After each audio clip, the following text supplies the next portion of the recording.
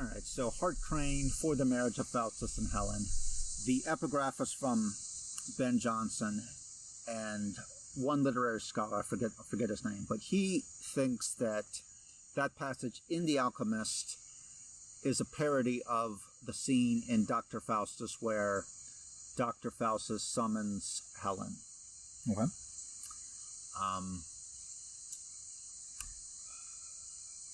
I don't know. I'd have to read the play by Ben Jonson. Sure. No, I'm not familiar with Johnson's work. But anyway,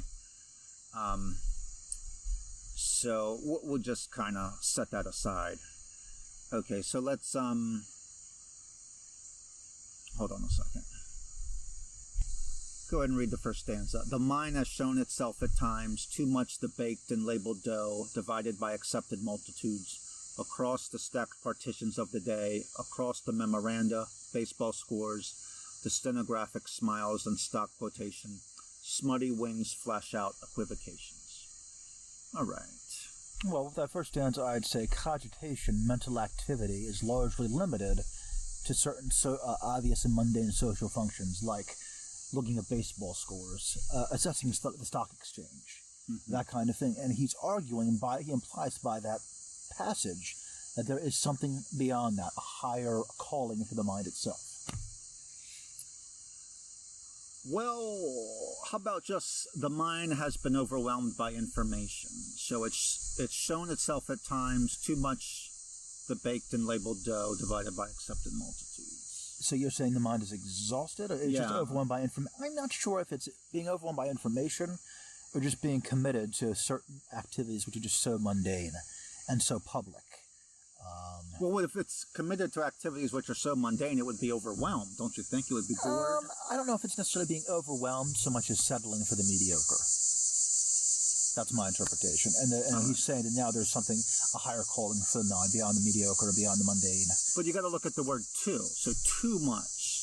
So if it's too much, I'm overwhelmed. No. I think the mind, it's just saying time and time again, it's been characterized as such. All right. The mind's not overwhelmed, but far too frequently. All right. That's possible.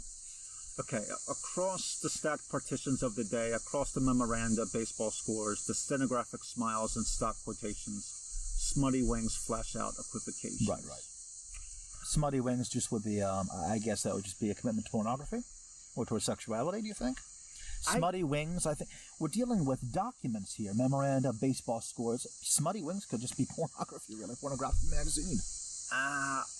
Well, by the way, one, Philip Yanella, which we're going to talk about more later on because he has a radical thesis about this poem. Right. He thinks it just foreshadows section 3 where he's flying in a plane. Okay. But yeah, that's possible, but I think it's just a negative image, that's all. I think it's just... Section 3 or this one? No, smutty, right here. Smutty wings flash out equivocations. I think that's just like... It could even be talking about the stock quotations are spoken by someone, and he's saying that it describes the people who are uttering the stock quotations. Well, that's possible, but once it's smutty wings, I'm still thinking the recto and verso of like Playboy or Penthouse, for instance. No, I don't. Yeah, well, it's just the mind has shown itself at times too much the baked and divided by accepted multitudes. Yeah, I mean, there's just very mundane phenomena that so many participate in, and I think pornography could very well be one of those things. Well, let's keep going, and maybe we can get some clarity. The mind is brushed by sparrow wings. I interpret that as the sky was once a tranquil place, but is now littered with man's inventions. The mind is brushed by sparrow wings? Sparrow wings, yeah. I think that just may be the touch of inspiration that pulls someone out of the mundane and the preoccupation with stenography and stock market and that kind of thing. If you look at, and let me back up to the original so that you don't get distracted by it. Sure. And its smutty wings could mean that particular line with sparrow wings could be in contradiction to smutty wings, We're mired down by the smutty wings, but the sparrow wings, the touch of the sparrow wings, enable us to aspire to something greater. So the mind is brushed by sparrow wings, numbers rebuffed by asphalt, crowd the margins of the day, accent the curbs, convoying diverse dawns on every corner, to druggist, barber, and tobacconist, until the graduate opacities of evening take them away as suddenly to somewhere virginal, perhaps less fragmentary, cool. So during the day, we are overwhelmed by, again, numbers, stock market, quantities that we deal. We're in the asphalt. We're struggling against the crowd. Where it's walking up and down the curves. Nighttime, however, is supposed to be a phase where we can move beyond that kind of thing. Maybe dream. Dreams could be a possibility. At nighttime, we withdraw from the world at large into our homes, into our bedrooms, and yeah. But when he says rebuffed by asphalt, sure, I kind of take that as negative. So, I agree with you totally. I think all of this stuff about everything, the numbers, the asphalt, the crowd, the curbs, I think it's all negative. I totally agree with you. It's all negative. Yeah. And at night, whether in dreaming or in fantasy or in relaxation, we're able to move past those things. We imagine, we dream, we aspire, that sort of thing. But because he's mentioned these negative things, numbers, rebuffed by asphalt, I kind of think that the mind is brushed by sparrow wings might also be... Something negative, you mean? Yeah. I'm not so sure. I hesitate to say that. Can you go back to the original real fast? Yeah. Thank you so much. So it says, the mind is brushed by sparrow wings, semicolon. That is a separate thought from all the negative details that follow. I think that the sparrow wings could pertain to an invitation almost to somewhere virginal, perhaps less fragmentary, cool, that kind of thing. I think sparrow wings at this point, I'm thinking something positive, actually. Yeah, you might be right. I'm starting to come around to your view. Okay. All right, so let's... Now, this line, convoying diverse dawns on every corner. By the way, diverse, that's the archaic spelling of diverse. Yes. Yeah, okay. I'm sorry, you go ahead, I'm listening. So we agree that that's the adjective diverse. It's not the noun. I agree with you entirely, yes. All right. So, someone is convoying these dawns to every corner. Yeah. On every corner to the druggist. Okay. Barber and tobacco. So what do you think that means? I would say... What does it mean to convoy a dawn to a corner? Well, my thinking, I just prefers the street lamps. I'm not sure if that's going to be... Well, no, because conveying diverse dawns on every... Convoying, not conveying. Well, it's the same thing, basically. Yeah, it's basically the same. But then again, that seems to be linked to the negative things. Bear with me. Yeah, crowd the margins of the day. Convoying diverse dawns. I'm honestly, diverse dawns on every corner. I'm inclined to say that's just street lamps. I think it's more... let me see what I wrote down here.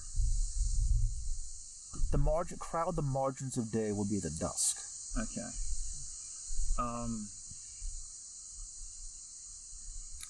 I think it's a metaphor for nature and raw materials which are sold by the druggist. So he's convoying natural things to the druggist. I don't know. I mean, the druggist, the tobacconist, these are all... they belong to the same category as the mundane things that this person will get away from, I think. But if this is a metaphor, what's the literal counterpart? I think the literal counterpart would be someone is carrying goods to the shop until evening puts an end to commerce. No. Honestly, I'm inclined just to say street lamps. But what would be your whole sentence? Like, what would be the literal sentence of this metaphor? If you could go further down, go back to the original form. Let's take a look. All right. Well, this is good.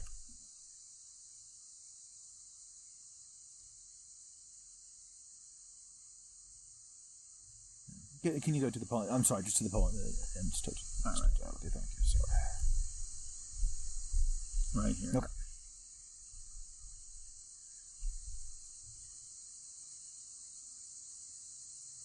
I guess that would be numbers. And numbers, convoy, diverse dawns on every corner. That doesn't make any sense, does it? Well, it's a metaphor, but what would be the literal counterpart of this metaphor? Well, no, the literal counterpart to me, conveying diverse dawns in every corner. These are separate individual dawns on every street corner, which would be to me street lamps. But still, I need like a whole sentence. So how do you, like, this is just a prepositional phrase that there. I see what you mean. Okay, there are street lamps on the street corner. That's a prepositional phrase. So right. What's the subject and what's the verb? Numbers, convoy, diverse dawns on every corner. But that's the part I'm having, because I think the subject is numbers. Oh, okay, I see. You think that yeah. I think the subject is numbers, and I'm really keen on saying convoying diverse dawns on every corner is street lamps. Numbers rebuffed by asphalt crowd the margins of the day. It could just mean, most street lamps come on automatically at a certain time. But in 1920? Oh, this was in 1920. Yeah, I think so. Well, in that case, then the lamplighters at a certain time come do these things. Actually, I think this is more 1925. Well, it doesn't matter. Okay. Maybe numbers refers to people. That's what I'm thinking. Numbers rebuffed by asphalt, carve the margins, and those numbers, certain people, convoy diverse dawns on every corner, which could have different meanings, but the simplest, I think, is perhaps the best, and that is lighting the street lamps. Okay, they're lighting. So convoying diverse dawns would be lighting. So they're literally conveying flame to light these street corners. Okay, yeah, okay. I think that's probably the better interpretation. Okay. But yeah, no, I think you're right, though. The numbers refer to people. I agree with that entirely. Now, how about the other part of the sentence? What's that? Until the graduate opacities of evening take them away as suddenly to somewhere virginal. Oh, sure. The opacities of evening. So that is nightfall, and that is when the numbers, the people, go somewhere virginal, less fragmentary, cool, private, unaffected by the world around them. That could be dreams, that could be relaxation, fantasy, that kind of thing.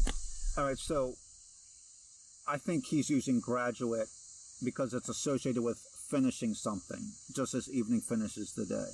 Oh, absolutely, I agree with you. Okay. And it's almost like they're being a graduate, almost as like they're being rewarded almost for having braved the day, so to speak.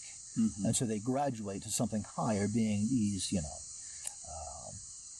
right. Solitude, dreaming, that kind of thing. All right, so let's take a break here. All right. And there is the world dimensional for those untwisted by the love of things irreconcilable.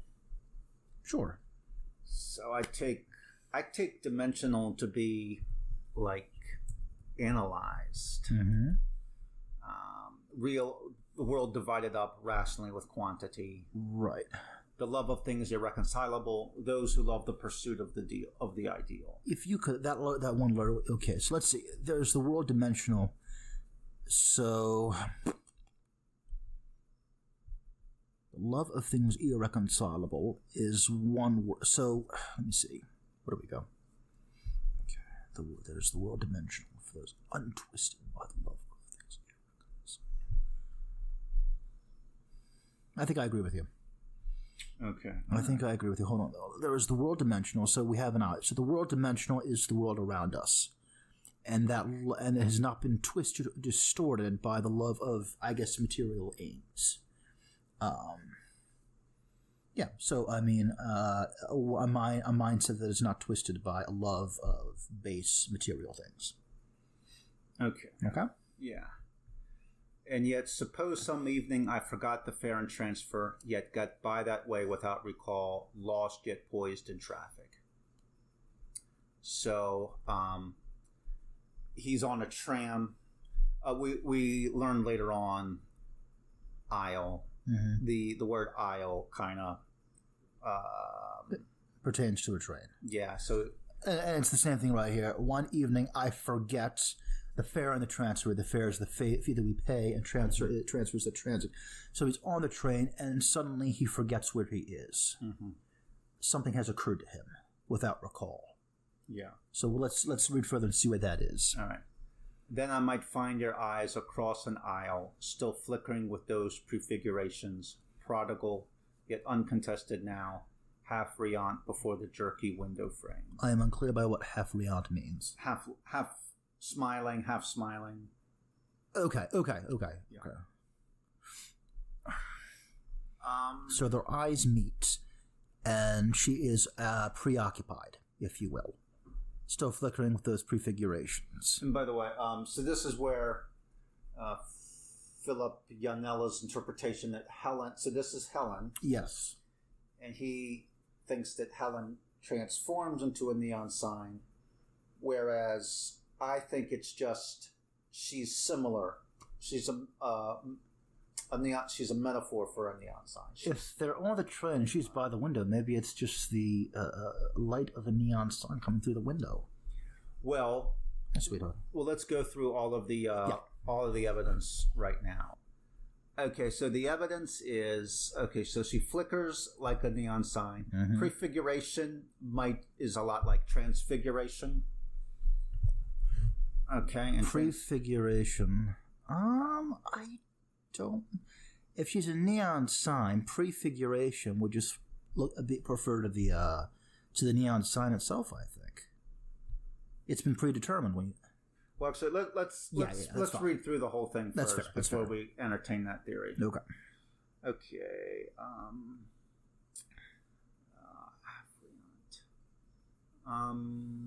Flickering with those. Prodigal. It's like the prodigal son. I mean, her attention is away from him, and yet suddenly it's drawn to him, and it's uncontested. Almost like, So I think he's seeing this woman across on the train in the aisle. Her eyes, she's preoccupied with something. Prodigal meaning that she's just distracted, if you will. They make eye contact, and now that attention is uncontested. It's strictly focused on him. Mm-hmm. That's what I'm thinking. Yeah, okay. Let's move on. There is some way, I think, to touch those hands of yours that count the nights stippled with pink and green advertisements. And now before its arteries turn dark, I would have you meet this bartered blood. So, count the nights. These are just... so it's nighttime, obviously. The night is illuminated by these pink and green advertisements, by the neon flashing, if you will. Well, remember, Yanela believes that she literally has transformed into a neon sign. I'm not seeing that. And then it says, now before its arteries turn dark. That just means before the signs are shut off. And before that light disappears, they would interact, if you will. Does that make sense? Yeah. So let's just summarize it real fast. He makes eye contact, of course. Her hands, her body. It's in the light of these neon street signs, if you will, business signs. And before those things are turned off, because business is closed for the light, he would interact with her. I see. I see what you're saying. So the nights that are stippled with pink and green advertisements. So stippled with pink and green advertisements modifies nights. Yes, precisely. It doesn't modify Helen. It's the night world outside the train with the neon advertisements. Its arteries turn dark. Those are the neon tubes. Those will be turned off. And before they turn off, or in other words, as soon as possible, they're going to have some kind of interaction. Yeah, you're right. Okay. So the arteries refer to the tubes in the neon signs. Precisely. Yeah. Okay. Imminent in his dream, none better knows the white wafer cheek of love, or offers words lightly as moonlight on the eaves meets snow. Let's see.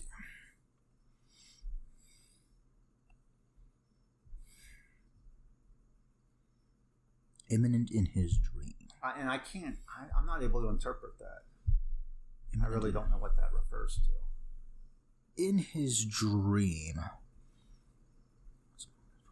It might his might refer to himself, but I still wouldn't be able to interpret that. Well, I say when we dream, we have sex time and time again in our dreams. There are romances again and again in our dreams far more frequently than in the outside world. So when it says none better knows the white wafer cheek of love, maybe in fantasy, in dream, romance is very familiar. It's something we don't really encounter so much in the outside world. But if imminent in his dream is an adjective clause, would it what does it modify? So immanent in his dream, I think it refers to him. He is immanent in his dream. So would, like a more normal syntax, would it be, none better knows the white wafer cheek of love, immanent in his dream, better than me? Perhaps. Yeah, I think it's either the white wafer cheek of love that's immanent in his dream. That's what I'm inclined to. It could also mean that he is immanent in his dream. But I think the one that you mentioned would be a more reasonable interpretation. In other words, in dreams, we come to romance and sex so easily. This is not the case in the outside world, in the real world. Yeah, so the white wafer cheek of love is immanent in his dream, meaning it's in his dream. That's correct, yes. Sexuality in his sex in his dreams, basically. Right. Or offers words lightly as moonlight on the eaves of snow. Now, I'm also not really able to get that. Lightly as moonlight on the eaves meets snow. Well, it's in the dream. We know that. Lightly as moonlight. There are no repercussions or consequences of offering these words. You wake up and that's that. In the real world, you can't offer words lightly as moonlight because of the implications with human beings, that kind of thing. So, human relationships in general. I think basically what it's saying is love is a hell of a lot easier when you're dreaming. Yeah, that could be a good. You could be right about that. All right, let's move on. Okay. Reflective conversion of all things at your deep blush, when ecstasies thread the limbs and belly, when rainbows spread impinging on the throat and sides. So this is a sentence fragment without a main verb. Mm-hmm. I'm thinking orgasm, actually. Ecstasies thread the limbs and belly, the deep blush, rainbows impinging. I'm kind of say that that's orgasm right there. I'm not clear on the first line. Reflective conversion of all things.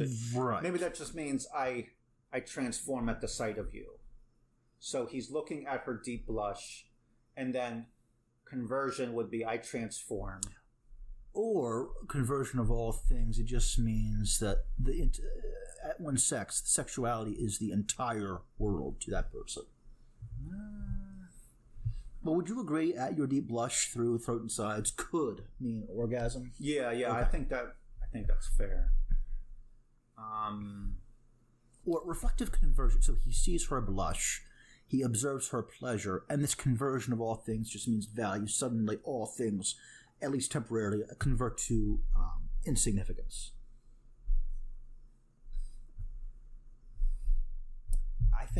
I think this kind of just means there's a positive transformation when I see you.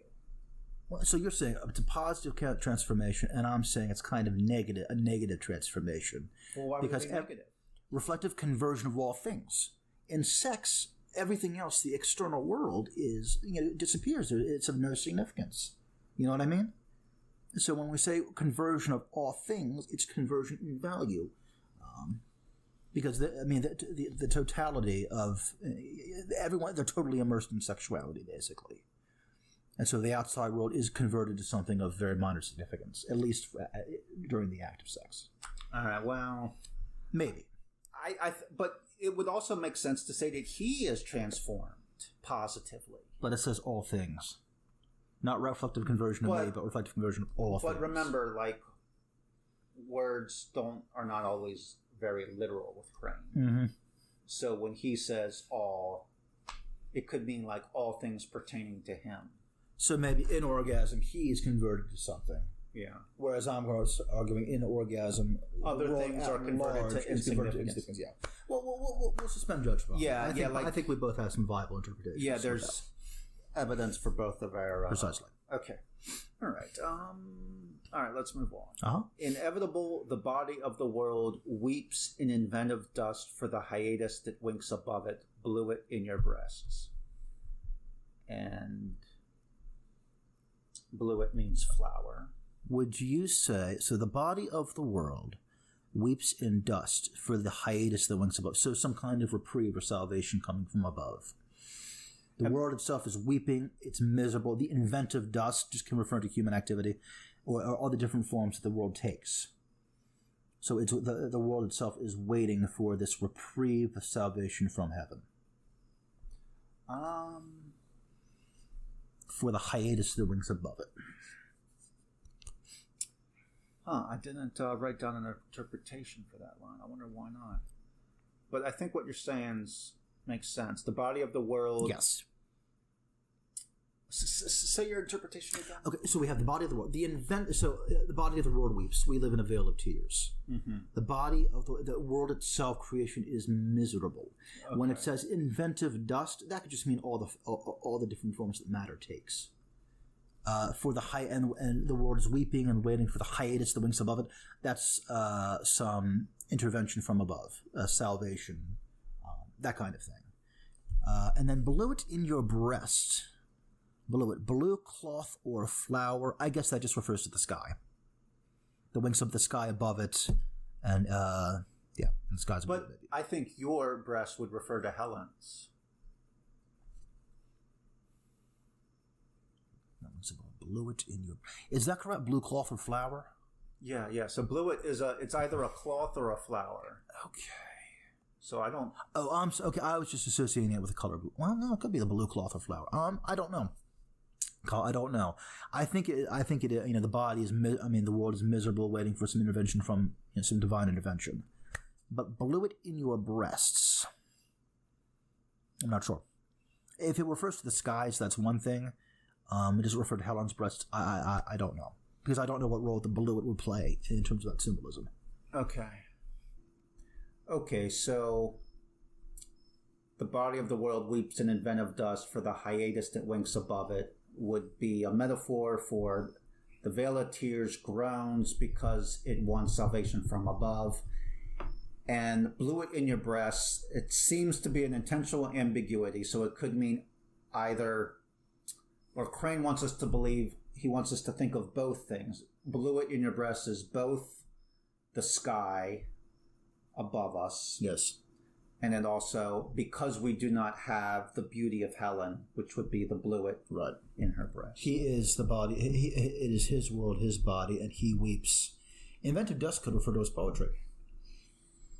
Maybe. And the poet weeps because he's desirous of intervention from the love of this Helen, if you will.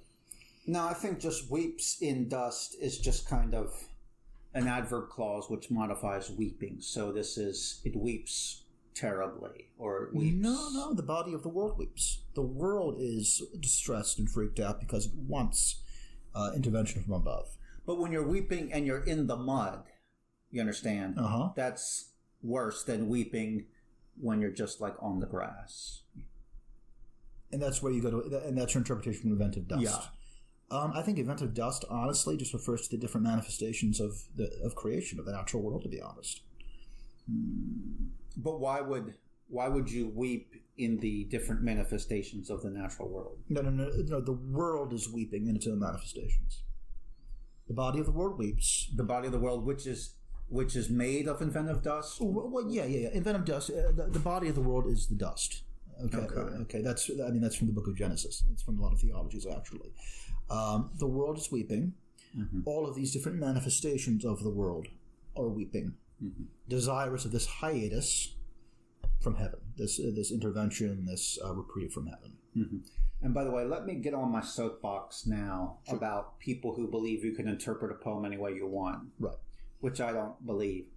So people might point to this passage and say, look, you can interpret a poem any way you want. What I'm saying is, no, there are two ways to interpret this poem. And Crane, this line, and Crane intended us to understand both of these ways at once. I totally agree with you. Yeah, so I'm in complete agreement with you. It's still true that Crane intended one thing and Faustus didn't intend something else. Right. Or he intended both. No. When you say he intended one thing, meaning he intended these. Oh, I see what these you mean. two. Okay. Yeah. But are we in agreement about this particular passage? Okay. Great. Although we're not 100% certain, but we agree. We're not certain, but we concur that our interpretations could very well be the case. Yeah. Okay. So the earth may glide diaphanous to death, but if I lift my arms, it is to bend to you who turned away once, Helen, knowing the press of troubled hands too alternate, with steel and soil to hold you endlessly. You'll recall that he sees Ellen in the subway and says that she is prodigal, which means she turned away, and now to you, the line is to you who turned away once, Helen. So Helen's attention is returning to him. And this is what he would. I mean, this is his intent. But I lift my arms. If I lift my arms, it is to bend to you who turned away once. Okay. Yeah. Now. Okay. Now. But she turned away from. I think it means that she turned away from him. I totally agree. Yeah, exactly. She rejected him once. She is her love is prodigal, as in that earlier passage, and now he's trying to get her attention yet again on this train. Now, knowing the press of troubled hands, does that mean that she rejected him because he had calloused hands, because he was a worker and of low origin? And that two alternate would be like two mixed, mixed with steel and soil, because he works with his hands. I think the press of troubled hands is his, but her attention goes from troubled hands to the manifestations of the world. She's looking out the window at the neon lights, for instance. She's looking at steel and soil, the world around her, and that is why her attention was prodigal. Focus on him as the lover, or focus on the world around her, is my interpretation. All right. So you believe that the adverb clause, knowing the press of troubled hands, yes, modifies. I say that the press of troubled hands may actually refer to the word as well. All the things that are vying for her attention. The alternation of steel and soil would be the hands. Okay. You don't believe that it's a result clause. So she rejected me once because she knew that my hands were troubled. My hands were calloused because I'm a worker. No, when it says knowing the press of troubled hands, it's just she was cognizant of the world vying for her attention, whether it be steel, whether it be soil. And it goes back to the passage about the pink and green neon lights outside. He would draw her attention away from those things as well, back to him. So the dichotomy is him versus the world at large. Okay. But what do you think about that interpretation? I kind of agree with you, because I was a little concerned about... I didn't think it was likely that Crane would call himself a worker with calloused hands. Right, precisely. Because he never does that in any of his other poems, and he's just not he doesn't come from blue-collar style. Right, of course. All right. Yeah, the press of troubled hands, it's just the various facets of the world, of the mundane existence, that are just distracting her away from him, basically. Okay. Now, about the earth may glide diaphanous to death, I interpret that as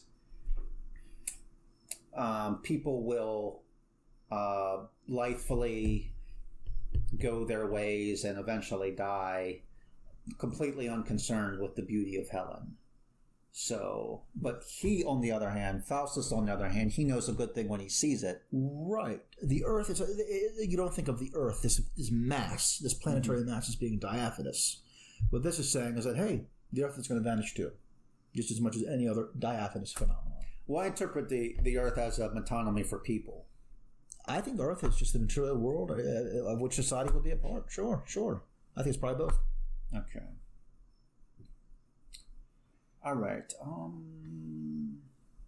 I meet you, therefore, in that eventual flame you found in final chains, no captive then, beyond their million brittle bloodshot eyes. And hold on a second. Sure. Okay, so I had a lot of trouble with this passage because... Okay, flame could be interpreted as either heaven or hell. Correct. If it's interpreted as light, then it's associated with heaven. If it's interpreted with, well, hell is usually associated with flames. Of course. But it could also be interpreted as heaven. I meet you in that eventual flame you found in final chains. But it says, it's interesting, no captive then. It sounds like she's in chains, but she's not a captive, which means she enchained herself, perhaps. So what is the eventual flame? And I have trouble believing that she would be in hell. Why would he meet her in hell? Well, it says, I meet you, therefore, in that eventual flame you found in final chains. Perhaps eventual flame is passion, the love that he seeks. Final chains Maybe that could be she submits herself to him, but voluntarily. So she's not a captive per se. Mm-hmm. And then this final passion, this final love in which they find themselves beyond their million brittle bloodshot eyes, beyond the concern or the care of the world at large. Mm-hmm. Another interpretation is this is a false unit, so there should be like a period here. Uh-huh. And that there should be a me. He will do this. There should be, you found me right in final change. Well, I think the sentiment's largely the same. They're going to meet together in that eventual flame, that passion. The final change are the bonds of love, but she voluntarily submits to these things, so she's not held captive by them. It's voluntary engagement, voluntary love, and this is, of course, beyond the million brittle bloodshot eyes, which will be, the masses, the crowd, that kind of thing. I also think, like, the million brittle bloodshot eyes might also be... So Helen was the face that launched 1,000 ships. Mm-hmm. So these are the eyes that belong to the sailors on the 1,000 ships. Or it could be beyond. They've sailed past the eyes of the observers on the shore. Yeah. Cool. All right. Okay, so white through white cities passed on to assume that world which comes to each of us alone. White through white cities. I can't get this at all. White through white cities past. Oh. Yeah, the word that comes to each of us alone, which kind of seems to contradict this eternal flame of love and passion we'll be in together. White through white cities past.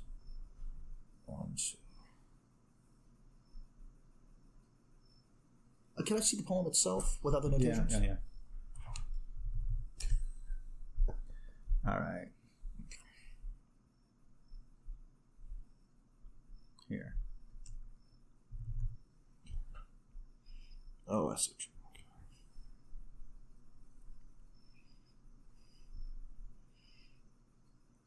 I think white cities are basically cities not affected by. I kind of think of like the paradise, a city in heaven. White cities unaffected by night, by the neon, by the masses, that kind of thing. Yeah. White is usually like purity or something eternal, if you will. Mm-hmm. Passed on to assume that world which comes to each of us alone. Maybe that just means we can only. Maybe it means that there's no set law or method or mandate that we follow to get there. It's ultimately a path we have to determine, reach on our own. Mm-hmm. All right. I'm not persuaded, but I think that's the best we can. I'm not persuaded myself. It's just speculations. Right. Except a lone eye riveted to your plane, bent axle of devotion along companion ways that beat continuous to hourless days, one inconspicuous glowing orb of praise. So it says, beyond the million brittle bloodshot eyes, mm-hmm. but there is a lone eye she should accept riveted to her plane in transit, basically. Which is his eye. Precisely. Bent axle of devotion along companion ways. Bent axle of devotion, which means that maybe it would cripple her. A lone eye riveted to your plane. So it sounds like they're dealing with separation anyway. She's on this plane, there's a lone eye affixed to that plane, and she is leaving. And then bent axle of devotion, maybe that devotion will hobble her in some manner, or cripple her in some manner. Yeah. Let me see if I wrote anything. One inconspicuous growing orb of days. All we can do. So all I've done is just pick out the words devotion and continuous, and conjecture that these words have something to do with being always devoted to Helen. Well, it says beat continuous to hourless days. Could that correspond to the white cities, the passing through the white cities? No, I don't think so. Well, beat continuous to hourless days, which means essentially endless days. And it's that they're not night anymore. They're not. And then, of course, the plan, of course, is ascending skyward. Mm-hmm. So she's rising to the heavens, if you will.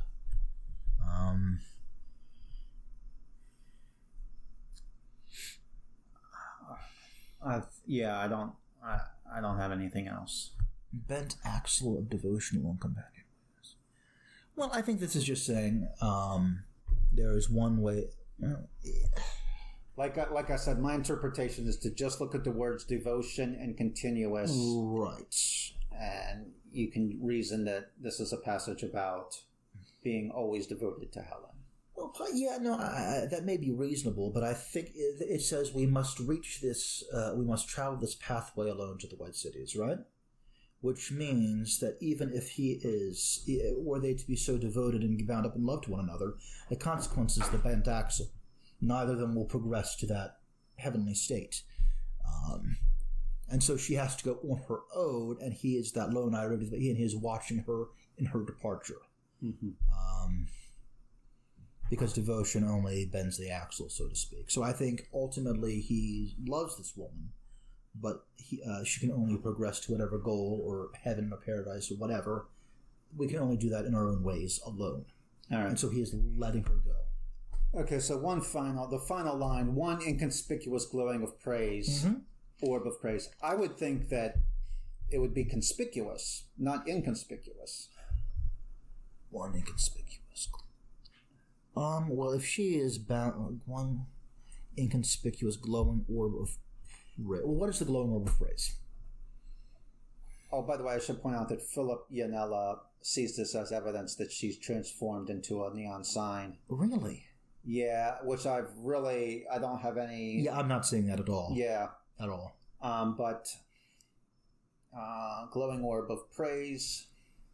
Well, I think, she's on this plane, and she's leaving him behind, of course. And she is merging into this inconspicuous glowing orb of praise. Inconspicuous being...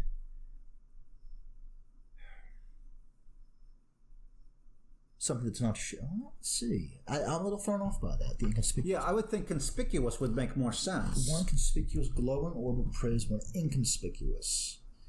Maybe it's something that simply isn't visible to anyone else but her. Maybe he's saying that my admiration for you is like a glowing orb of praise. Potentially. I also think maybe this glowing orb is unseen to anyone but her. Mm-hmm. Maybe. Okay. So. All right. Let's move on. Section 2 then. Okay. Sure. Okay. So section 2. There is a disclaimer. Unfortunately, Crane does use the N-word in this section, so we don't know exactly why he's doing it. So we're gonna use the original word since we want to be true to the original text, but of course we don't endorse the use of that word. Oh, right. Exactly. So. Brazen hypnotics glitter here, glee shifts from foot to foot, magnetic to their tremulo, this crashing opera buffet, blessed excursion, this ricochet from roof to roof, no Olympians we are breathless, while nigger cupids scour the stars. Okay. And from a passage later on, we know that he's with Helen in a dance hall. I think brazen has a double meaning here. Mm-hmm. Brass-like, referring to the jazz instruments, mm-hmm. and bold. Well, if we look at this, I think what we're looking at here is one metaphor for dance. No, I think they're literally dancing. No, they're literally dancing, but when they say... I'll go back to it if you may. All right. I agree that they are dancing, but the metaphors we're seeing... glittering hypnotics, glee shifts, magnetic to their tremulo, crashing opera buffet, ricochet from roof to roof. I think they're describing this ecstatic dance, basically. Yeah. When it says, pardon my use of, I'm not going to, Nigger cupids, I've often seen a lot of movies where they have a black band, basically, black musicians. Mm-hmm. And if this is jazz, for instance, it makes sense these would be black musicians. Making this ecstatic experience, this dance possible. That's an interpretation that I hadn't thought of. Yeah, so it's the black musicians who are making the music and inspiring Precisely. the couples to love each other. Precisely. Okay. And when he says no Olympians, I think that's just it's kind of like, oh God, we're breathless. I would say, oh, Olympians, we don't need you to experience this ecstatic, this dance. We are fine with these musicians basically with each other. I think no Olympians. It sounds defiant almost. Oh, yeah, could be. Yeah, that's. Yeah, I kind of like that interpretation there. Okay, so I think that passage is relatively straightforward. Mm-hmm. Okay, 1,000 light shrugs balance us through snarling hails of melody. White shadows slip across the floor, splayed like cards from a loose hand. Rhythmic ellipses lead into canters until somewhere a rooster banters. It's the dance. It's the dance. They're going to dance until dawn, until the rooster banters. I like white shadows slip across the floor. That could just refer to the white dancers juxtaposed to the black musicians. Mm-hmm. All right, white shadows. All right, snarling. So I think some of the jazz instruments might sound similar to snarling. Or aggressive, and kind of compelling them to keep dancing. Splayed like cards from a loose hand. Mm-hmm. So that's describing the bodies dancing. Yes, of course. Rhythmic ellipses lead into canters. Just different dance, the variation of dance styles, I think. So you think canters means it's a dance? Mm-hmm. To cant can also mean to turn upside down, right? Which fits with the description of dancing. Sure. Okay. All right. Greet. Let me get back to the original. So, greet naively yet intrepidly new soothings, new amazements that cornets introduce at every turn. Right. And you may fall downstairs with me with perfect grace and equanimity, or plaintively scud past shores where by strange harmonic laws all relatives serene and cool sit rocked in patent armchairs. I think this just refers to the different dance styles and the effects of those dance styles. There could be that plaintive kind of gentle movement. Greet naively, it's almost like you don't know what the music is going to do and what the music is going to, like the emotion it's going to compel in you. Mm-hmm. New soothings, new amazements. It's kind of commenting on the power of music, if you will. And the music can have these different effects, and this is kind of a summary of some of those effects. Perfect grace and equanimity, balanced choreography, something very slow and plaintive, that kind of thing. Mm-hmm. And by the way, Crane likes this syntax, new soothings, new amazements. He uses that elsewhere. Oh, does it? Okay. Yeah. Cool. It's not the first time that he's done that. And there's also a scholar that named his book using that line, or at least a variation.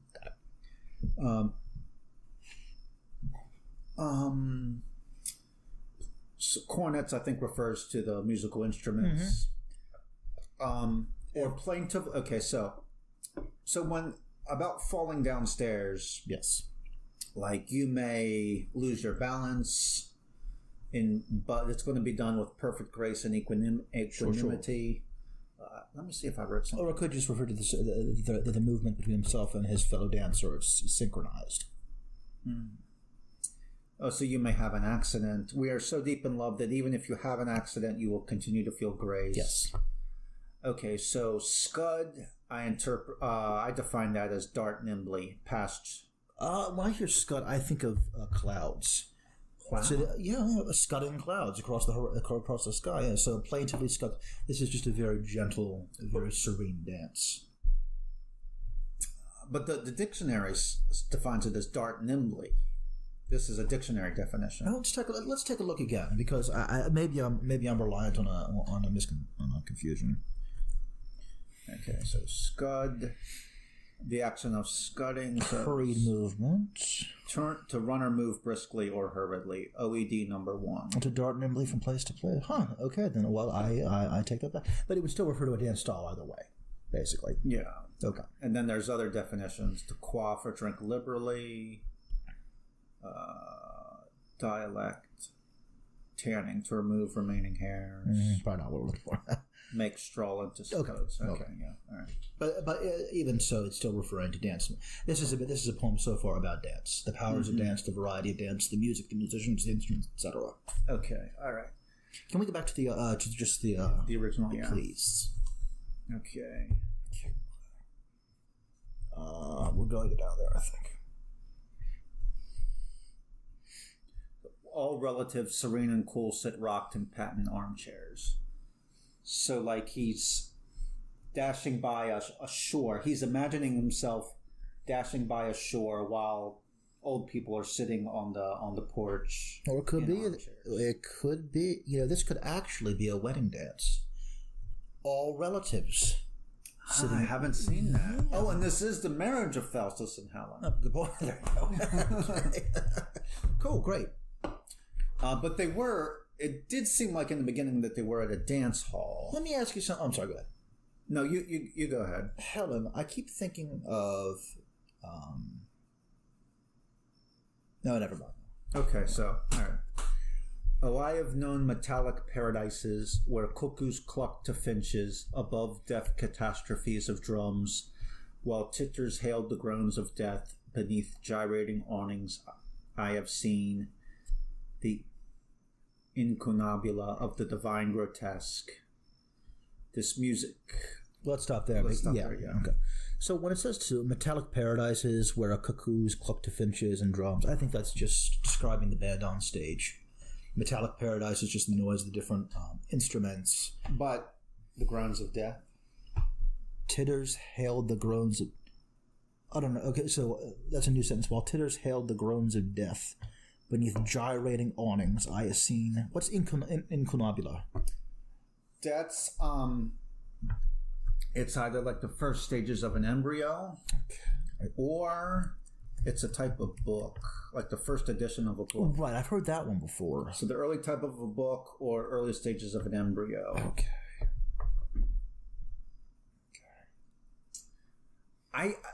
In section 3, we are going to explicitly talk about the war. So I think he's talking about, I've known war.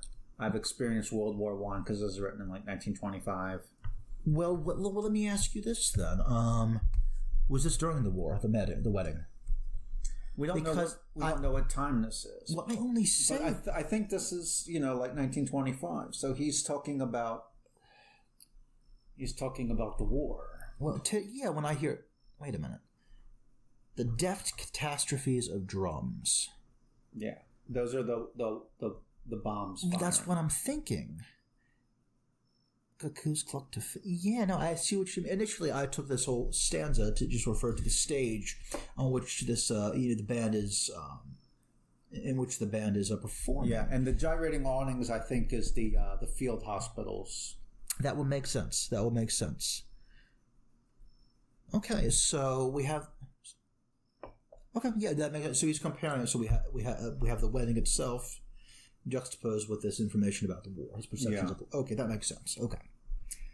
But still, the incunabula of the divine... I have seen the incunabula of the divine grotesque. So that could be like in the trenches. That's a description of the trenches. Probably. That could very well... Divine grotesque, which is strange. That could just refer to death, honestly. Divine grotesque. Yeah. And then the incunabula, these are people who are... these could just be dead bodies. Mm-hmm. And I think cuckoos cluck to finches. I think that's probably soldiers. The cuckoos are the soldiers. Or they're shooting at other soldiers. That could be the case. It could be commands in terms of, leaders commanding troops, for instance. Okay. All right. The music has a reassuring way. The siren of the springs of guilty song. Let us take her on the incandescent wax, striated with nuances, nervosities that we are heir to. She is still so young. She cannot frown upon her as she smiles, dipping here in this cultivated storm among slim skaters of the garden skies. The music has a reassuring way. So the music is the siren. Are we in agreement? The music is the siren, yeah. Okay.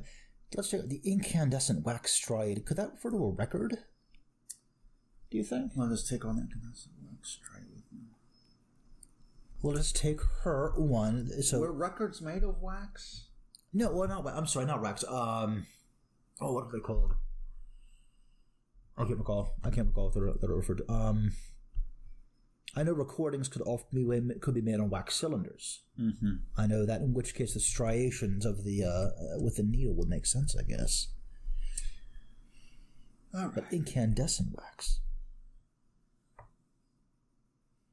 Yes. Or it could just refer to the body in general, because we have the nervosities that we are heir to. Oh, I see. I took that as he's saying that the siren of the springs is not going to tempt him away from Helen. The siren of the springs. So, yeah, I took that. Now, I don't really know why he's saying that, because that's really not in the Dr. Faustus legend. Sure, of course. But what else can you... how else do you interpret it? The music has a reassuring way. Is that a period or is that a comma after way?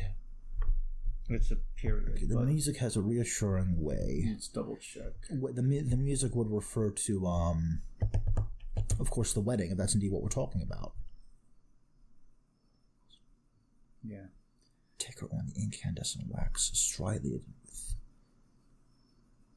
I honestly think that incandescent wax is the body. Nervosity is that we are heir to. Mm-hmm. All right, let me go back to the original text. Yeah, please do. Thank you.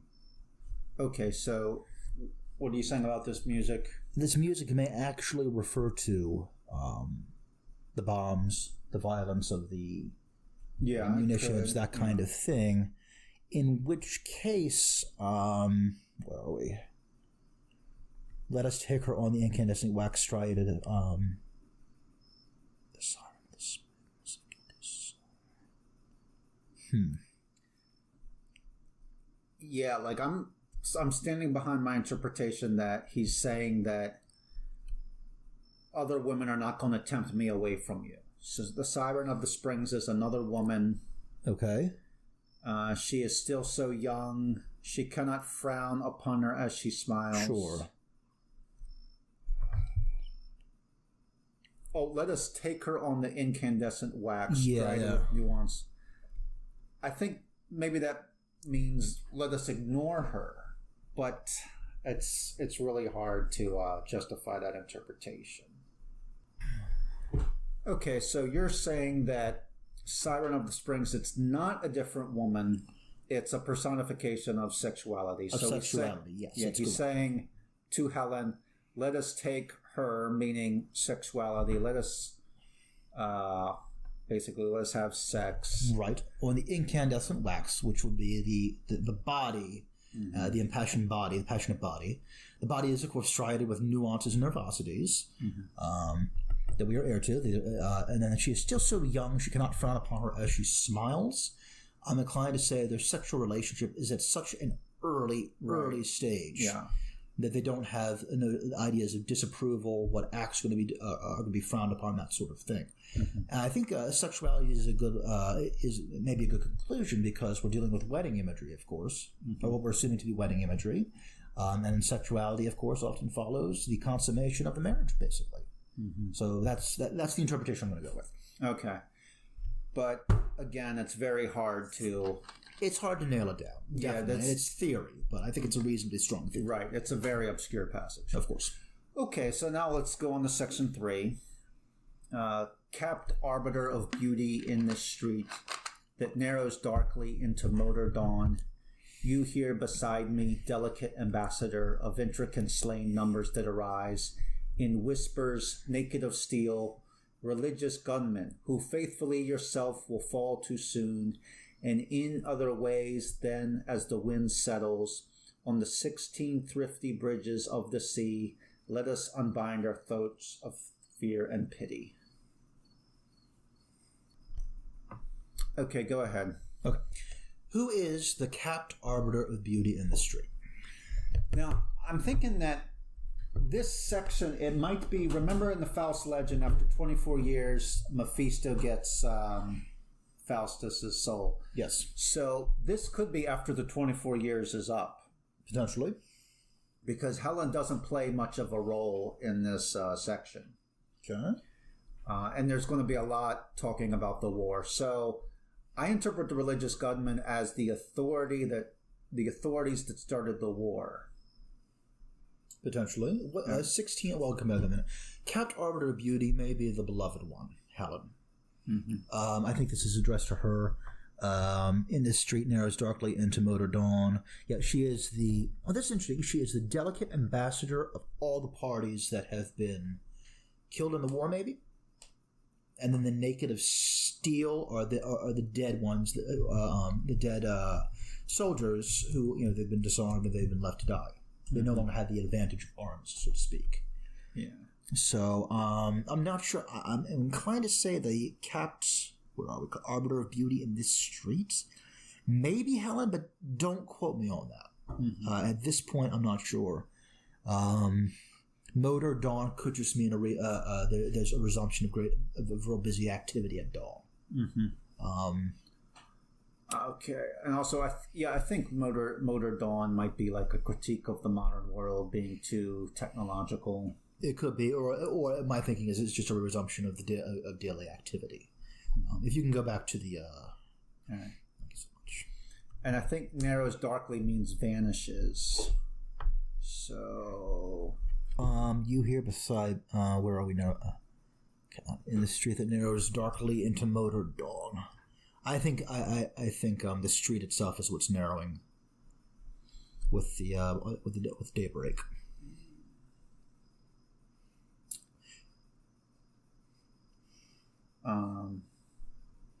Or narrows darkly could be. No, I'm not going to say that. You're here beside me. Okay. Delicate ambassador of intricate slain numbers that arise in whispers naked of steel. I think these are the parties that have been killed by warfare. Well, I think the delicate ambassador and the religious gunman are the same person. I think.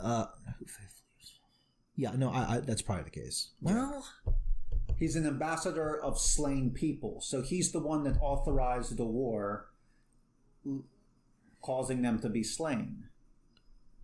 Maybe, but I keep thinking the Arbiter of Beauty is feminine.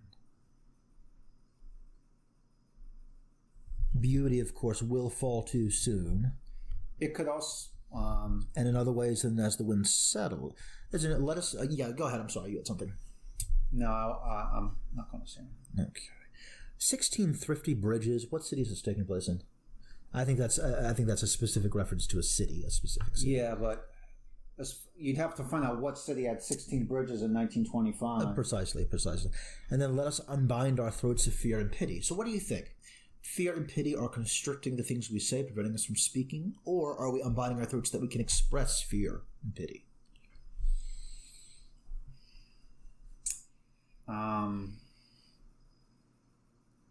Well, remember, fear and pity are the words that Aristotle uses in his Poetics. Mm-hmm. Tragedy must arouse fear and pity. Sure.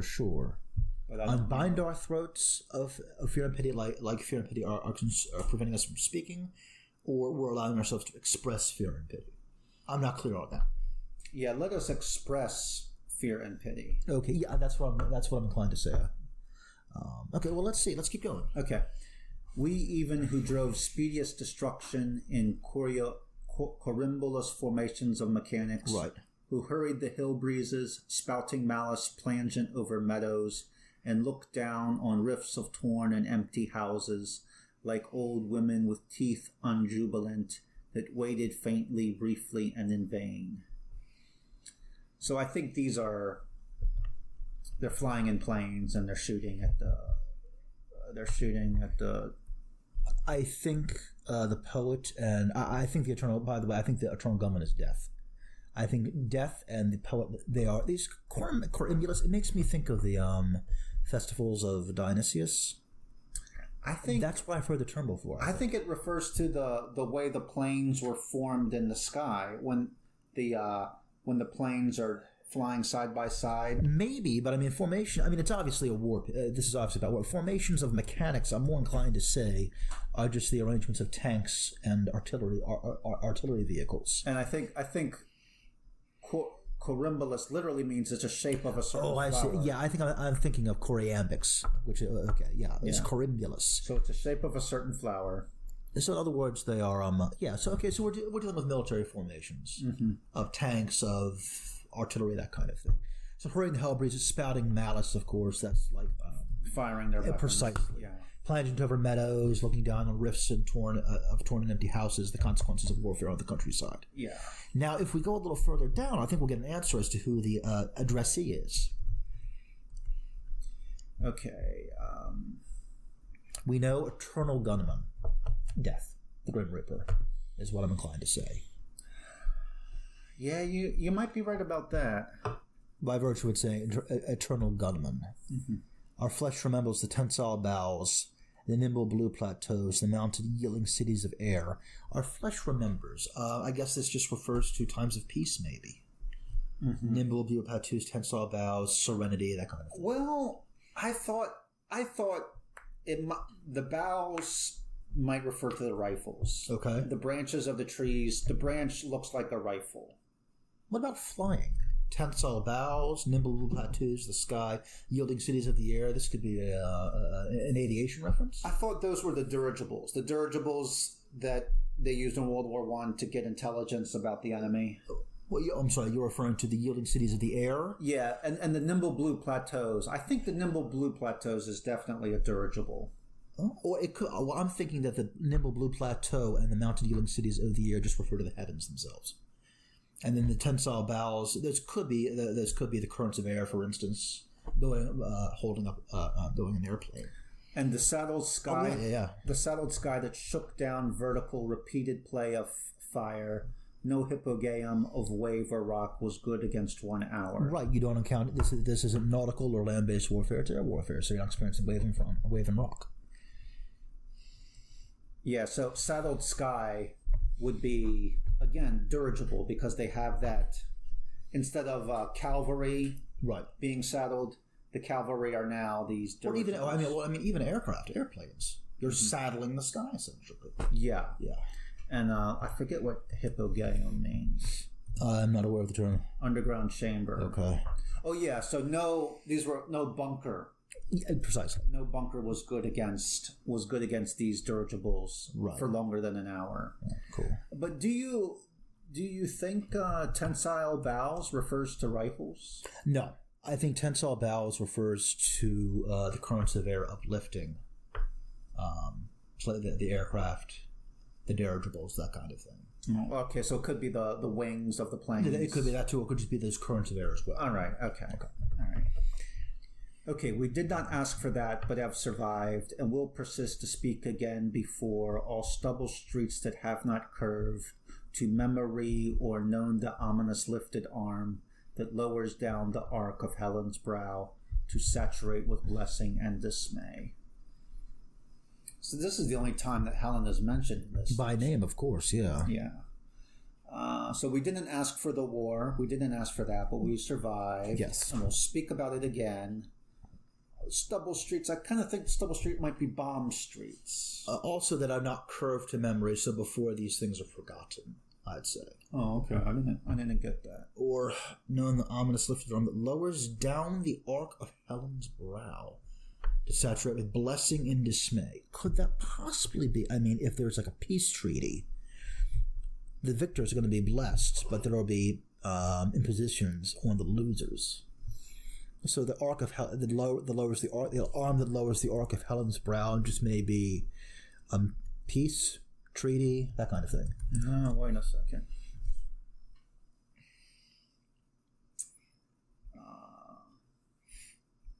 So the only thing I saw was that the passage refers to Helen. Right. The rape of Helen was the cause of the Trojan War. Right. But it was probably more about honor and prestige. So perhaps Crane is saying that the same thing that caused the Trojan War also caused World War I. Or it could just be general commentary on the word itself. The ominous lifted arm, I think it just refers to a peace treaty. more than anything else, or a victory by one party. The victory then can entail blessing and dismay, blessing on those parties. Here's an idea. Shoot. So the lifted arm, so when Helen lowers her brow, she's understanding that, hey, they're going to fight a war over me. She's reacting to the fact that they're going to come save her. I think instead, the ominous lifted arm is victory. And so when it says lower the dark of Helen's brow, Helen looks down almost in sorrow, if you will. Okay. And to saturate with blessing and dismay, of course, the victors reap the blessings of victory, and then the losers, they have there are all these impositions, dismay, in other words. Yeah, I do like that idea of the ominous lifted arm as a metonymy for victory. Right. Yeah. Okay.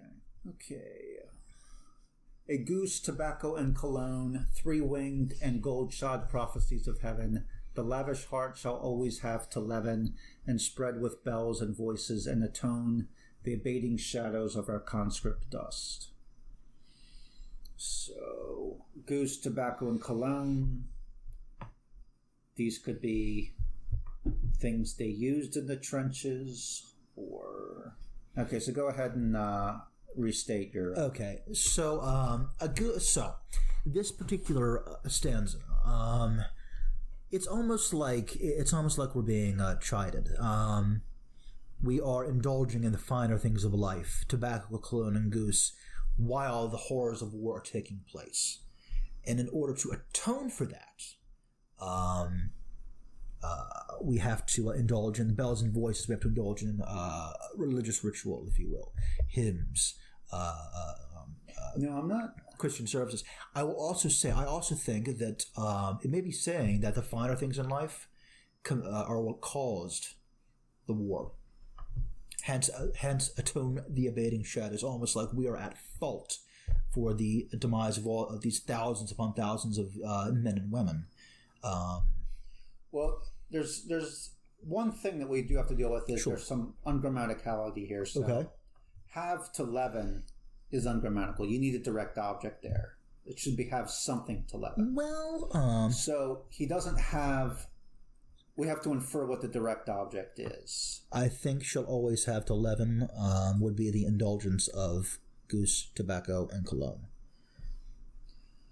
How about this? The heart shall always be able to make beautiful things out of the raw stuff of nature and atone for its use of violence. When it says the lavish heart, I think of that in the negative sense. The lavish heart, the luxuriant heart, indulging in tobacco and cologne and the fine things, meanwhile all the horrors of war are taking place.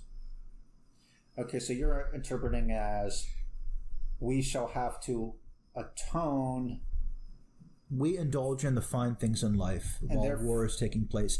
It may very well be that war is taking place because we want to hold on to the finer things. Yeah, okay, I think that's... So with bells and voices, with religious ceremony, hymns, incense, whatever, that is how we atone for these transgressions. That's how we earn forgiveness for ourselves, basically. Yeah, okay. All right, so let me go back to the... Okay, Anchises is the father of Aeneas, who fought in the Trojan War. Right. But so Anchises' navel dripping of the sea, not very clear. All I can do is say that, hey, look, it's at least refers to the Trojan War. Right. The hands of Erasmus dipped in gleaming tides, Yes. gathered the voltage of blown blood and vine.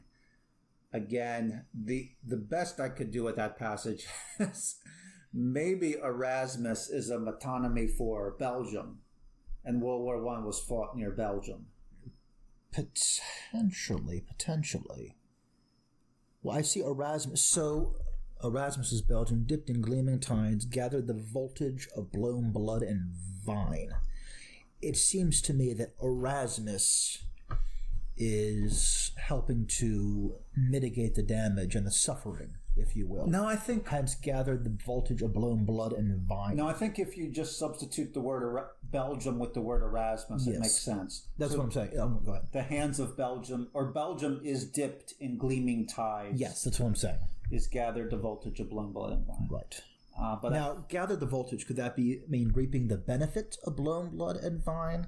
No. Or mitigating the damage done?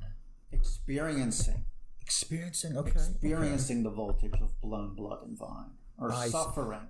Right. Blown blood and vine. Yeah, so Belgium suffered the blown blood and vine. Oh, I see what you mean. Okay, I see what you mean. That makes sense. Yeah. Okay. Yeah. Okay. But I really think Crane kind of he made a bad decision to expect people to make that connection. We don't even know if we're right. Right. I think he overestimated people's ability to. Anchises navel dripping of the sea. Yeah, I'm hopeless about that line. I don't think it's ever going to be interpreted. All right. So delve upward for the new and scattered wine, O brother thief of time that we recall. Laugh out the meager penance of their days, who dare not share with us the breath released, the substance drilled and spent beyond repair, for golden or the shadow of gold hair. Okay, so we've agreed that this is about. So laugh out the meager penance. These are the people that refused to fight, or they didn't do much. They didn't repent much for their refusal to fight. Right. When it says laugh out the meager penance, he's directing that to brother thief of time, Death. And so the poet and Death, I mean, they see this quote-unquote meager penance, and it's just laughable. It's ridiculous. It fails to measure up because it's so insulting. Laugh out the meager penance of their days. It refers to those who dare not share with us the breath released. I take that to mean death. The last breath, the soul going beyond the body. And then the substance drilled and spent beyond repair, I'm inclined to say is the body itself. And the fact that there is no possibility of cure, of remedy, that kind of thing. And then for golden or the shadow of gold hair, we think maybe there's a double image here. It refers both to Helen's hair, so they refused to fight for Helen's hair, or they refused to fight because they want gold that they have. They want luxury. Right, they weren't going to tax themselves for this war, step out and sacrifice their luxuries and their lifestyles for the war, or to enter the war. And the final stanza, I think the final stanza is a little disappointing. So, distinctly praise the years whose volatile, blamed, bleeding hands extend and thresh the height. The imagination spans beyond despair, outpacing bargain, vocable, and prayer. Vocable or vocable, I don't know how to pronounce. So I think what he's saying here is, praise the years, like enjoy life or enjoy the little things in life. I think that's reasonable. Whose volatile, blamed, bleeding hands extend and thresh the height. The imagination span. Whoa, maybe I don't understand that. Blamed, bleeding hands extend and thresh the height. Potentially the crucifixion of Christ. I don't know. I don't know what Harcrane's relation to religion was. Oh, he wrote that poem, Possessions. Oh, right. I'm sorry, Lacrimae Christi. Tears of Christ, of course. Okay. Yeah, he's definitely, but in that poem, Tears of Christ, yes, or Lacrimae Christi, he mentions Dionysus. So he's not, a diehard Christian. But he's reliant on certain images or symbols taken from Christianity. He will use scripture as... extend and thresh the height. Do you remember that saying in the Bible, separate the wheat from the chaff? Mm-hmm. That's what I think of when I see thresh the height. Thresh the height. The imagination spans beyond repair. I have the imagination spans beyond repairs. The human mind can recover from despair. That may very well be the case. Let's see. Can you go back to the... Sorry. Yeah.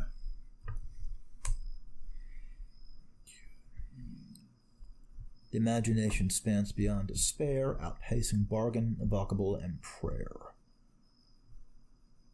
I guess he's falling back on poetic craft. So, you think this is poetic craft? Bleeding hands refers to the poet? Well, I think when I say that, I refer to the imagination. Uh-huh. distinctly praise the years whose volatile movements touch the height. I think this maybe it's a somewhat apocalyptic image. Praise the years, and then ultimately these bleeding hands are going to extend it. It sounds apocalyptic to me. Well, it could also be...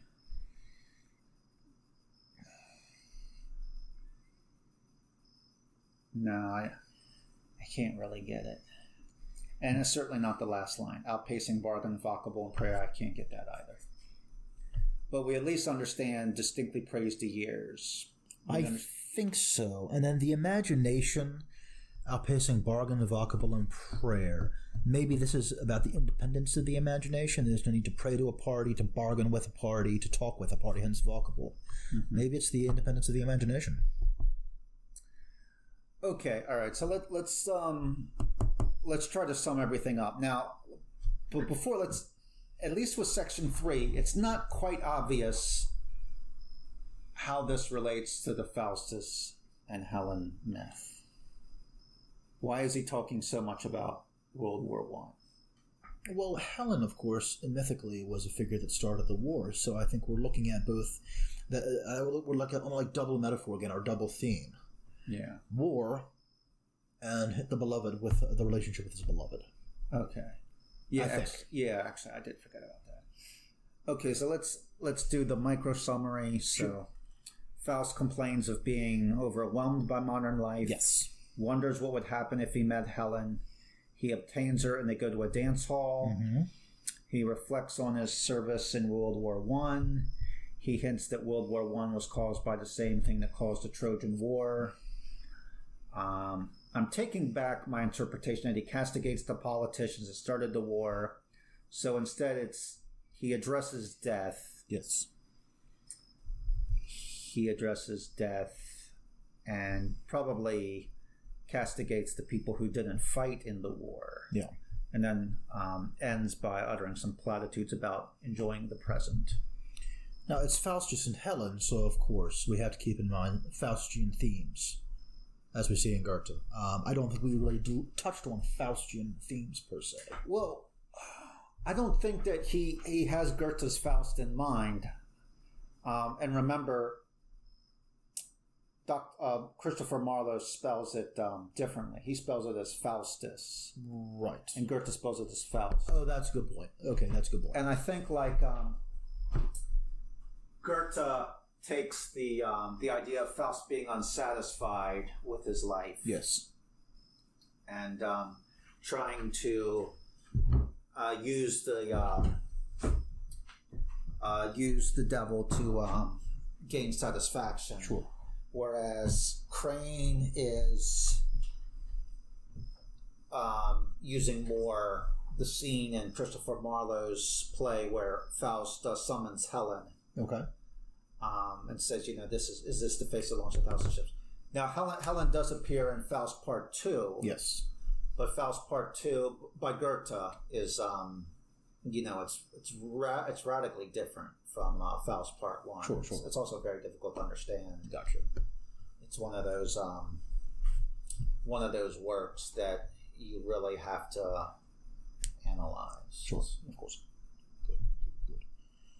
Well, I think that's a pretty solid interpretation. I think there are more things thematically we could have touched on, but as a line-by-line analysis, I'm quite satisfied, actually. All right.